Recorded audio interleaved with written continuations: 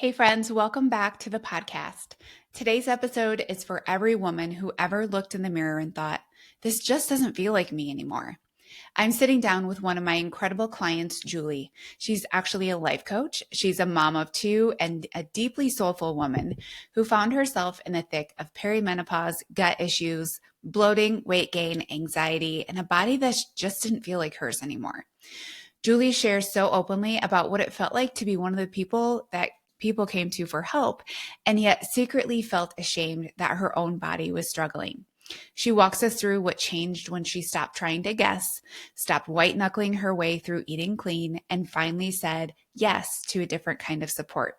This conversation is going to be raw, honest, and full of insight onto the connection between gut health, nervous system stress, body image, and the identity shifts we go through as women in our 40s.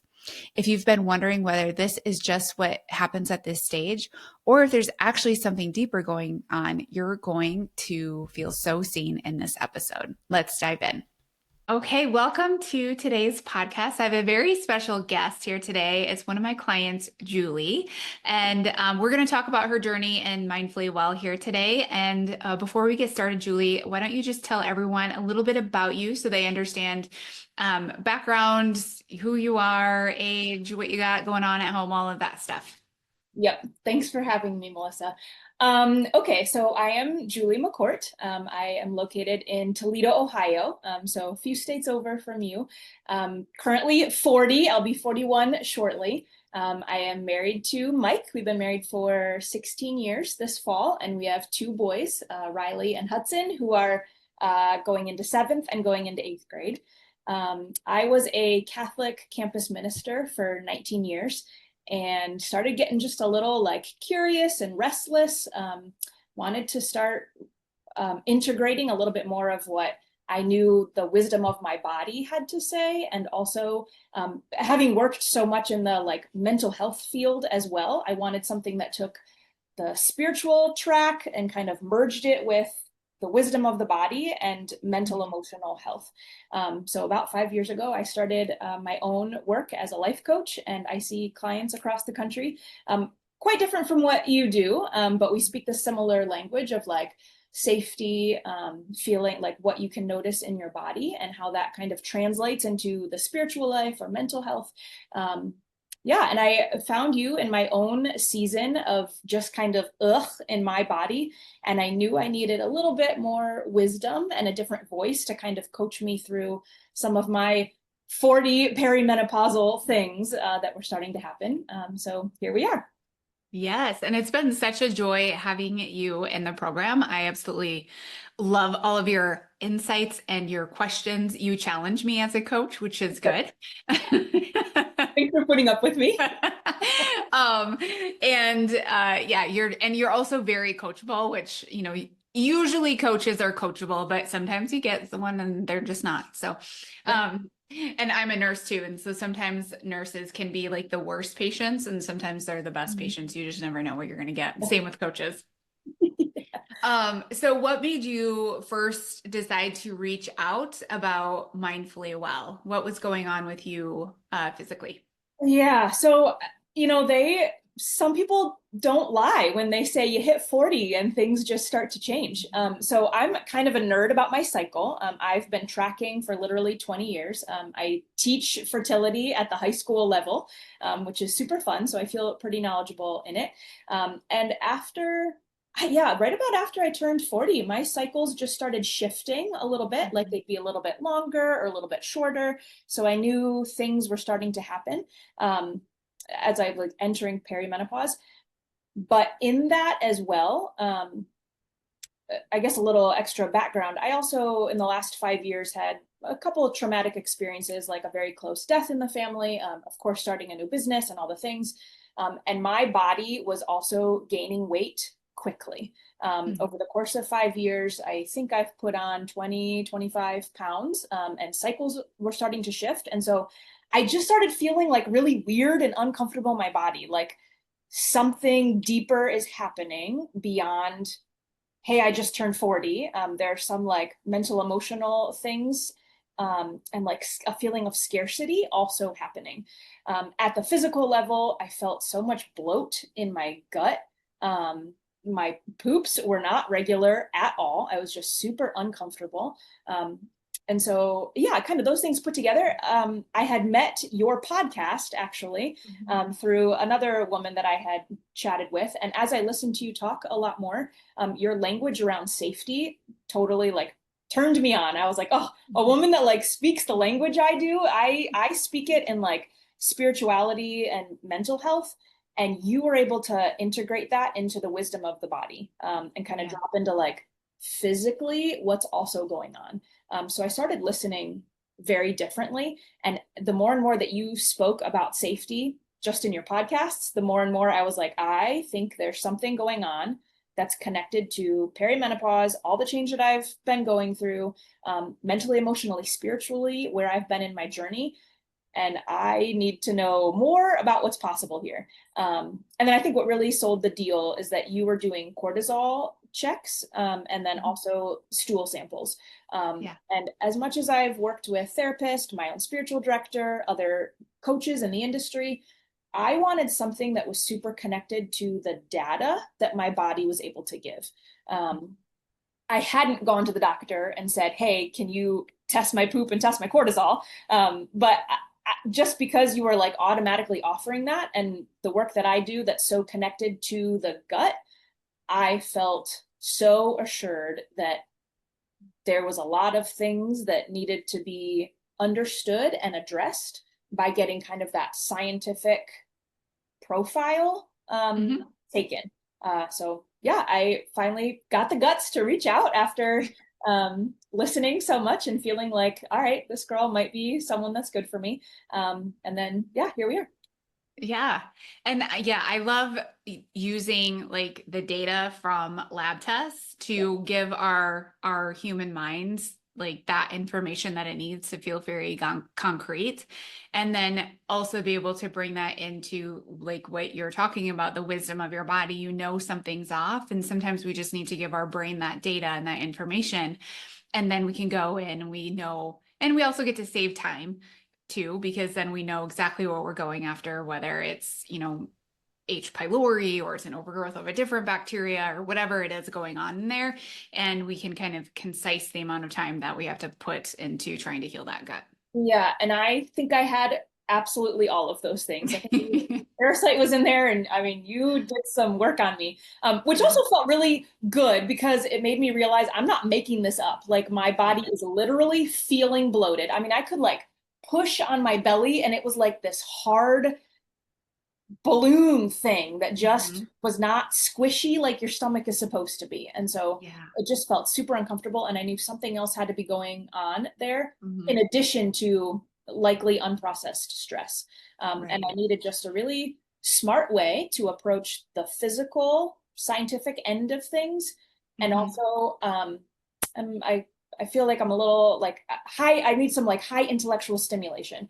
And so Sure. the way that you were able to speak about kind of like the integration of body, mind, spirit, I needed that kind of like mental work as well to Mhm. accompany the physical journey. Yeah. Did you do anything for your gut before we started working together? Had you tried anything on your own? Yeah, I had been through a couple different probiotics before. Hmm. I tried different forms of magnesium, just to help get things moving. Um, yeah, just a couple other random things here and there, Hmm. but never anything that I felt like was specifically addressing my specific needs. It just felt Okay. like, oh, this is what they say, right? So I was Yeah. like, oh, like let's just take a shot in the dark and grab something and see if that works. And I mean, just even the amount of money too that goes into like guessing. Ugh, it's Oh, for sure. nauseating. Yes. Yeah. And I mean, on Instagram, you're served, I mean, it will be served, ads right after this conversation. And also all the listeners will for the next probiotic or the next cortisol drink that is, for some reason, that's the way you feel the way, or the reason why you feel the way you feel. Um, was there a certain turning point where you realized that something had to change or that there actually would be a solution for you? Um, I think the turning point where something had to change, I specifically remember standing in the kitchen and trying to stay very quiet at home about how uncomfortable I was in my body. My husband is the most amazing man and tells me I'm beautiful every single day and like literally thinks I'm crazy that I ever like feel uncomfortable. And so I was so uncomfortable, but I didn't want to say anything because I didn't want him again to be like, Julie, seriously, you look so beautiful. Nothing is wrong, blah, blah, blah. But Mhm. he is one of the most perceptive human beings I have ever met in my life. And he says, something is wrong. Tell me right now. And I was like, I'm fine. I'm fine. I promise. And it turned into me just breaking down in tears in the kitchen. And I said, just like, look, like, oh, makes me like emotional. Like, look at how uncomfortable I am. Like, I don't want to walk around feeling like this. And I know that it's more than just like something physical going on. I know that I need that like smart intersection of the mental, the emotional, the spiritual to go with it. And I felt like super ashamed too, because I was like, I'm a coach. I'm supposed to like help other people, not need help myself. And so there was that whole like line too of like how the helper needs to be helped too. And so that final conversation in the kitchen, I think, is what had that turning point where I felt physically so uncomfortable and emotionally so dysregulated. I mean, I've had panic attacks for 5 years due to a couple other traumatic things working through, and I knew that I wasn't showing up as well as I could for my husband, for my boys, for my own business, for my friends, for my family. Um, and I had decided it's okay to need a little extra support, whether that be physically, like looking at the data and addressing whatever's growing or not growing well in my gut, and mentally, emotionally, spiritually, having a place where other women are also experiencing the same things and I don't have to feel so alone in my house at Mhm. night. And so Yes. yeah, that was kind of my final yes there. Yeah. Okay. That's so good to know. Um, because a lot of times it's like, and I know you're saying I feel so uncomfortable, but it's not because of the weight that you felt so uncomfortable. It was just because like all of a sudden it was like, no, this body just doesn't feel like mine anymore. It's like it's Yeah. just taken off a new form of itself and it forgot to include me and I'm just over here really confused. Yeah, I mean, when you aren't pooping regularly and your stomach is like constantly bloated, and on top of that, like that's all you think about. And Yeah. and some of the stuff that you and I have worked through is like I made my bloated stomach mean something about who I was. Like I made that mean I probably wasn't a good mom or wife, or I definitely wasn't a good coach. There's no way that I could like speak my mind on things or be an authority on anything if obviously my stomach was too uncomfortable. Like it's that silly Mhm. stuff where like the stuff that we think about and worry about, we think everyone else sees and notices too.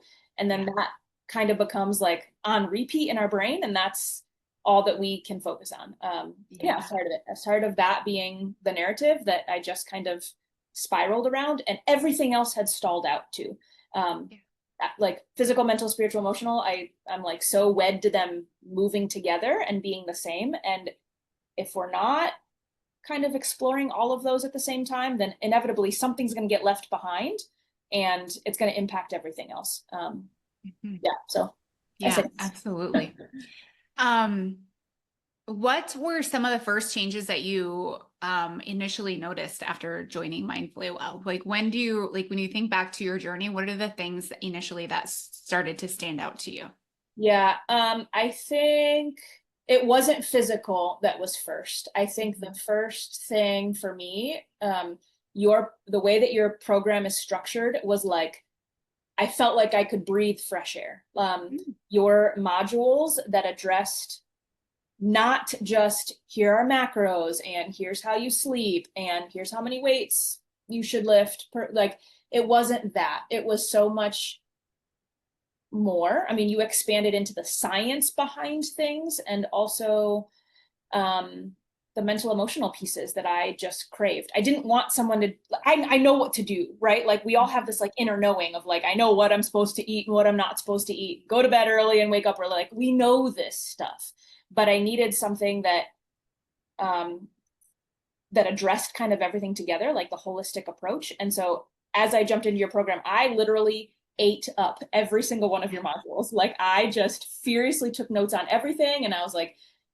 I mean, this is the stuff that I already know. It's the stuff that I already write down. It's the stuff that I tell my own clients, like, this is so great.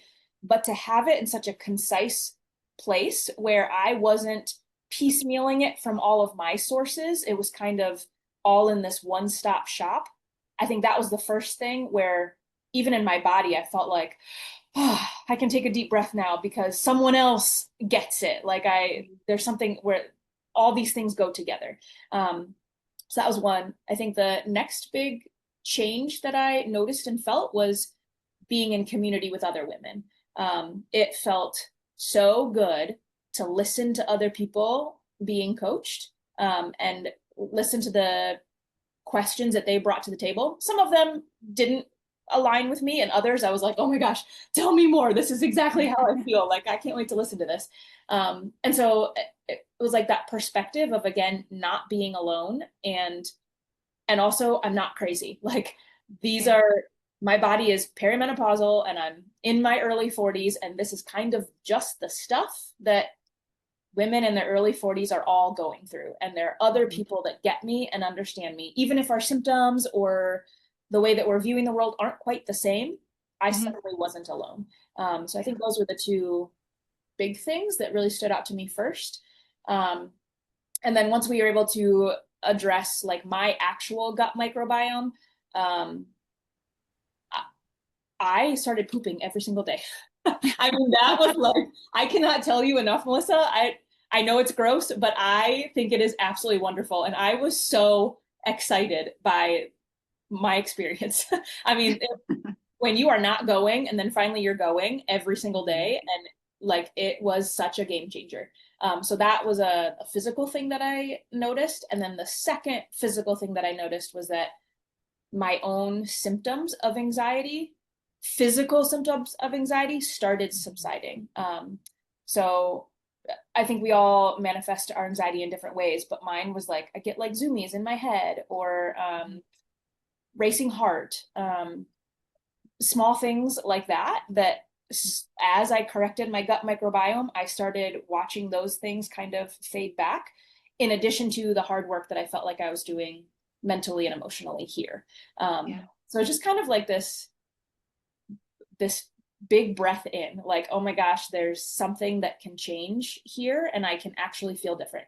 I actually haven't lost any pounds. I have lost a couple inches in some places. And now I feel very steady, and I feel very much like I feel so safe in my body. And that is something that I've been craving for a very long time. I just want to feel safe in this skin. So that physical like safety came a couple months in to doing the work with you. Yeah, so good.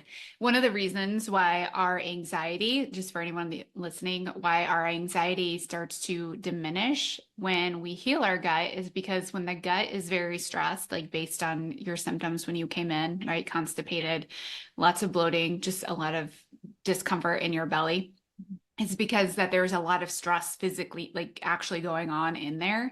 And so it speaks directly to your brain and says, we're really stressed. And then your brain feels that.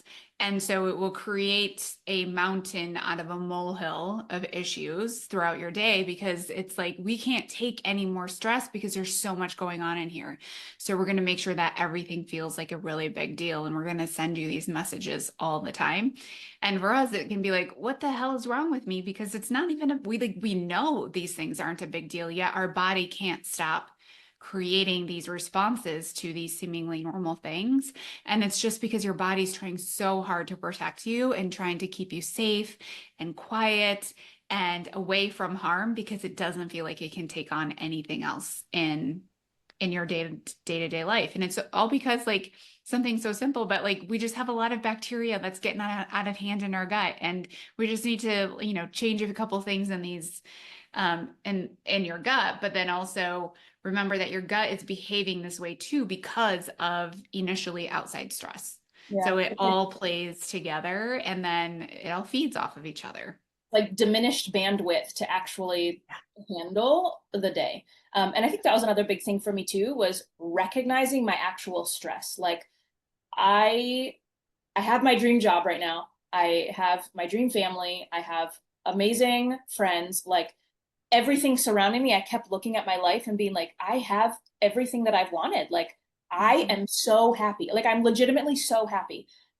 And there are all these other little things that I don't think my brain understood that my body knew as stress or was like taking in as stress signals, whether that Mhm. be unprocessed trauma or anger in this area or feeling sad or frustrated over here or overwhelmed in my own business or life in this other corner. Um, and I think listening to you, whether it be your podcast or inside your program or whatever it is, re-understanding my own stress too, and being able to say, well, the body or the brain can perceive that one thing as stress, even though objectively it isn't. And when we're perceiving that one thing as stress, the body's naturally just going to like suck up and hold everything tightly, and it's going to hold on to the weight, it's going to hold on to everything, and help me understand my weight gain differently too, as Mhm. an act of safety. And so I think at the like spiritual level too, and I journal almost daily. So like it's been very cool to read through my journals and watch my own process.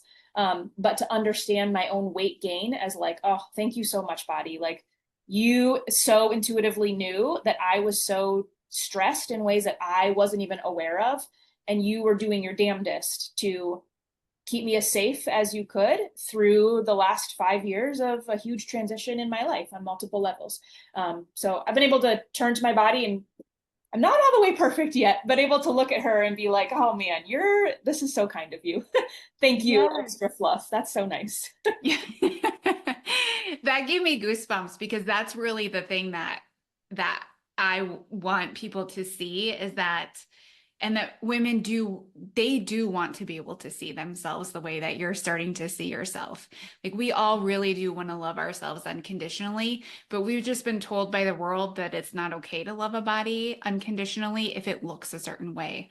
If it looks outside of what we've been told is healthy and what we've been told is ideal and worthy and lovable. And so if we can see that, okay, yeah, if you did gain body fat, that's nothing's like you're not a bad person. You're not unworthy. You're not unlovable. Your body is just loves you so much that it's protecting you. Yeah, that And gets me chilled. Yeah. yeah, and it's just like it's a hug. It's a Yeah. hug from your body and the actual physical form of keeping you safe. Yeah. And it's not there to hurt you and it's not there to make you hate your life and hate everything about your existence just because it's there. It's there as a form of love. Yeah. And if we can see that, then we can love ourselves and our body so much easier. Yeah. It's interesting. In your program, you speak a lot about perfectionism, and that's definitely a huge part of my life. I'm the oldest, I'm the only female growing Mhm. up. The need to be perfect was like so ingrained in the fiber of my being from wherever it came from. And so now entering perimenopause, like it is inevitable that we are going to enter perimenopause as we age. Like that's not something that we can avoid, right? Mhm. It's part of how the body like so gracefully moves into the next phase.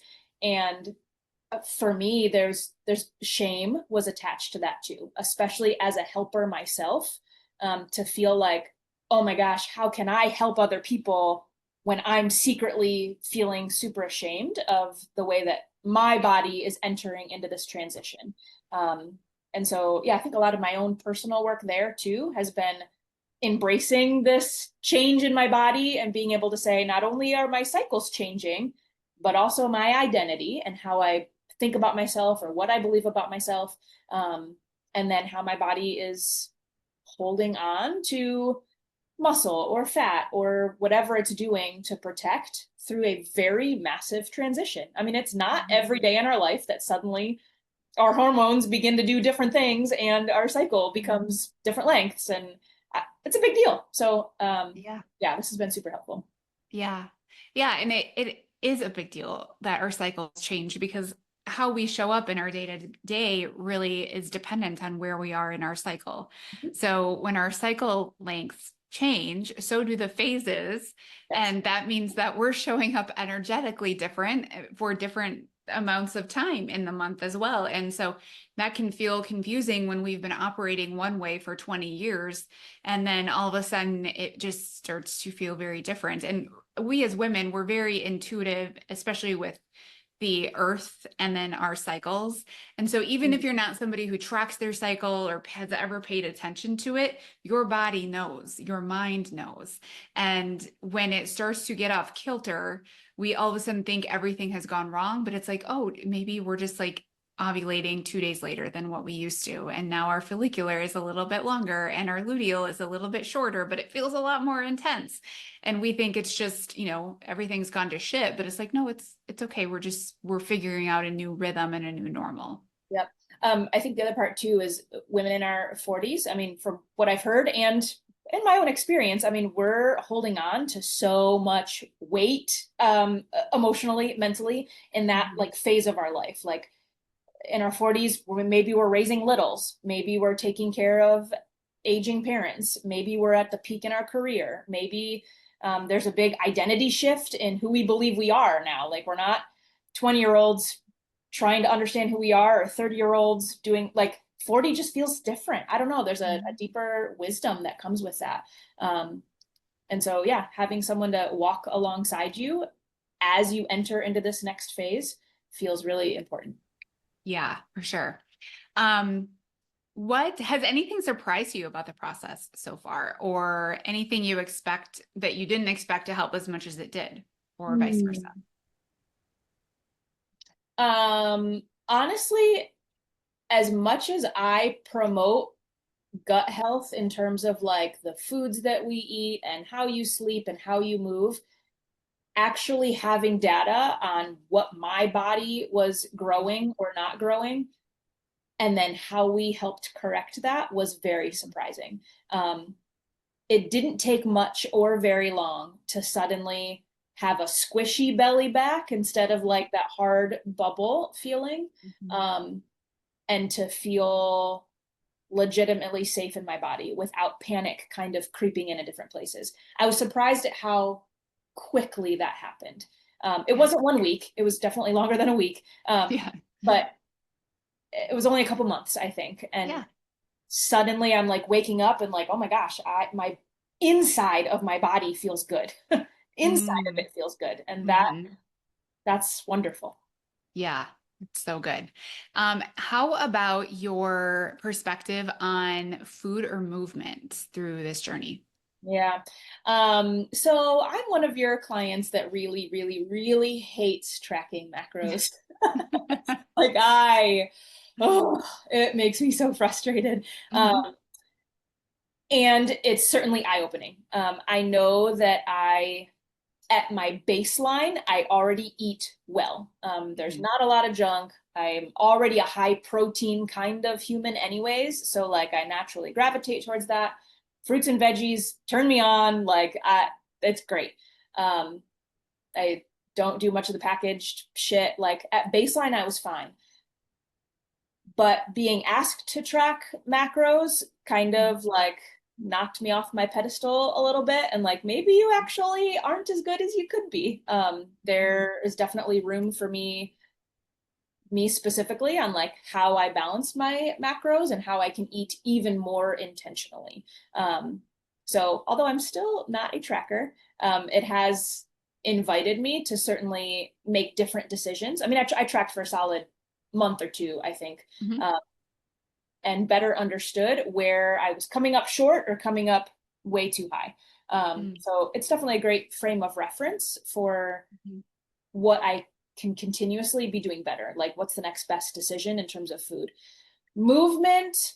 I love the 10,000 steps. I already love walking. So, like, I intentionally try to walk without earbuds or anything like that, just to like ground and be more present to nature and my body. But hitting those 10,000 steps makes such a huge difference in the way my body feels relaxed, in how I metabolize, um, how I sleep, hitting that higher end, more closer to consistently Mhm. was also a game changer. So for me, it's like the walking pad in the winter or when it's darker so that I can walk at home, or carving it out in my day to make sure that I get that walk in. Again, not perfect, and thank goodness it's Right. not because I'd drive myself crazy if I had to be. Um, Yes. and then also lifting weights. So I started lifting weights at home maybe 5 years ago. And it's fascinating to me how quickly we lose muscle when we don't use it, and simultaneously how quickly we can put it back on when we do. How do you now navigate days that maybe feel harder or quote unquote off track, especially right now we're post holiday, so everything feels a little off kilter. How do you handle those days now versus how you handled them before? Yeah, your voice was in my head this morning when that alarm went off. It's a Monday morning after the 4th of July, and that alarm went off, and I was like, ah, you gotta be kidding me. And Yes. all I heard first was your voice, like, the day after you return from a trip or after a holiday, just get right back into routine. And I was like, damn it, Melissa. And I threw the covers off and pulled myself out of bed. So I think that's a helpful piece right there, is like just get back on. Like falling off is not a problem. Getting back on, it's like how you respond to that is super important. Also, you speak a lot about like what terms you want to have in your own life. Like Mhm. what terms do you want to set for yourself? And for whatever reason, that landed beautifully for me. And one of the terms that I set is that when there's a birthday party, when there's a vacation, when there's a holiday, I want to already be living a life that is consistently healthy so that for those times of celebration, I can enjoy without feeling like, oh my gosh, I've destroyed something, or we're going to fall off the bandwagon, or oh, you're so bad, or you're no longer perfect. Like, this is why we do what we do the majority of the time. We remain consistently healthy for the majority of the time. Then, when those holidays and fun things come along, I get to enjoy it without those yucky feelings. So that's also been super helpful too. Um, Not only to like understand a celebration better, but to understand the normal schedule better too. Like have a deeper appreciation for what's normal. Yeah, absolutely. Because I mean, we all want to be able to enjoy those things. No one's ever going to, and also define what healthy is for yourself, because is healthy really not partaking in your kid's birthday party, not Oh, going on vacation? We all know that that is part of our life. And yet we yes. haven't really defined how we want to behave during those situations. And it's usually vastly different than what we think. We think we want to go into them and like not have the cake and not have the ice. Like we think that that would be the ideal, but then when we sit down and ask ourselves, we're like, no, actually, I do want to have them. They're So then so we can, good. so then we can detach like the any of that is wrong. Like none of that is wrong. To have cake at your kid's birthday party, to have the pizza, to go on vacation and have a margarita, like. And none of those things are wrong. And so we can detach meaning to them and just be like, this is part of how I vacation or how I celebrate, and we can just move on from that. Yeah, and even a lot of the clients that I work with, and because it's who I am, are like highly perfectionistic, and also have this notion of like I am good or I am bad, and Mhm. whatever shame is attached to that, whether that be like religious programming or societal conditions or whatever it is. And so getting now to even look at food or a celebration and not attach that like lack of perfectionism or I am bad kind of meaning to it also feels like freedom. That's the freedom that we actually want, is to be able to say, I am eating this cake and I am so good. Like Yeah. those two things get to be true at the same time. And not because Yeah. I'm living some perfect disciplined life outside of it, but because these are the terms that I set and this is how I'm excited to live. Yeah, absolutely.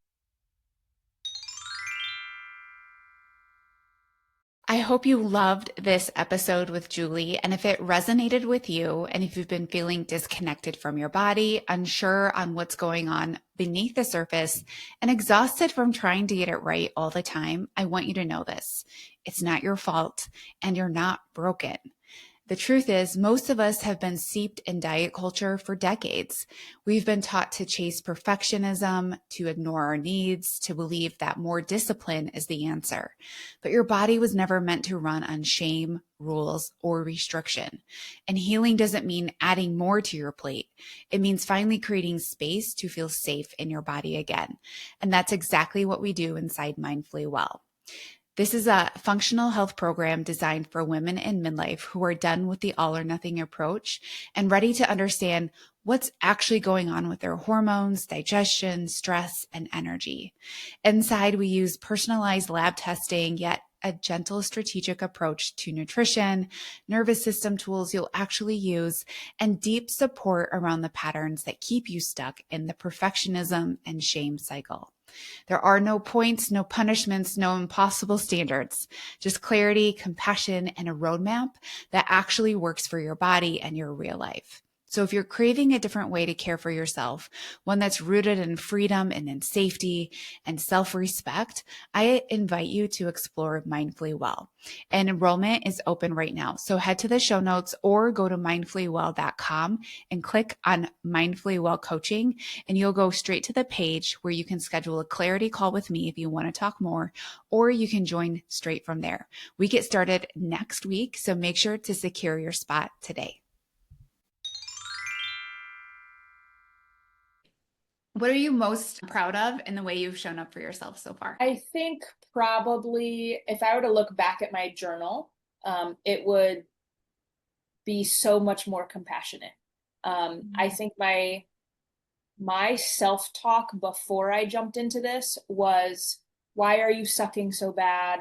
Why can't you be better?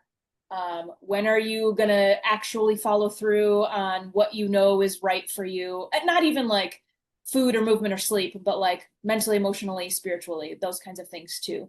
Um, and now I think now I know my journal speaks so compassionately towards myself, um, and like challenges myself with confidence, instead of like feeling uncomfortable in my skin and nervous that I can't do something, or am I being perfect enough or good enough? There's so much more like, look what you did, look what you accomplished, this is so great, look at how far you've come. Look at what you get to do because you've healed so many other parts of you, whether that be like a physical gut issue, or how I think about myself, or understanding this whole new body and brain and every part of myself as I'm entering into my 40s. There's a lot to celebrate there, to feel compassionately towards myself and not like, oh my gosh, you suck, but instead like, holy cow, look at how beautifully you get to enter this next part of your life. And that's what I want to be. Like I am legitimately so excited to be that old woman with like that crazy curly gray hair and like barefoot and like living close to the earth, and like this is part of that transition is there's a wisdom that I think needs to happen. And so or like a wisdom shift. And so I think part of that shift in my own wisdom and intuition is speaking compassionately towards myself, speaking joyfully towards myself, and also abandoning the structures that we've been taught that aren't actually in my terms. And I don't want them. And I'm 40 now and I don't need them. So I'm gonna kind of rewrite the script that I want and live in my own terms, loving who I am. This doesn't mean that I don't have bad days in that. I mean, there are still hard days. And the majority of them, I feel so good in my skin and in my brain, and it's wonderful. Yes. And I really want people to, like, if people listening to this, if you need to rewind that and listen to her say that again, because so many times we're afraid to be compassionate to ourselves. We're afraid to love ourselves because we think if we do that, then we're going to lose grip on where we want to go. Really, because the only way we've been able to get to where we want to go is to be mean to ourselves in the past. And that we shift from that at this point in our lives. That doesn't work anymore. And so it is okay to speak to yourself in a loving way. It is okay to show yourself compassion and love. You're not losing your grit. You're not losing the hard worker in you. You're just now working with yourself instead of against yourself. And when you do that, you get to like bloom into this beautiful flower, which is way better than trying to hate yourself the way to where you think you're going, because you'll never actually Oh. get there.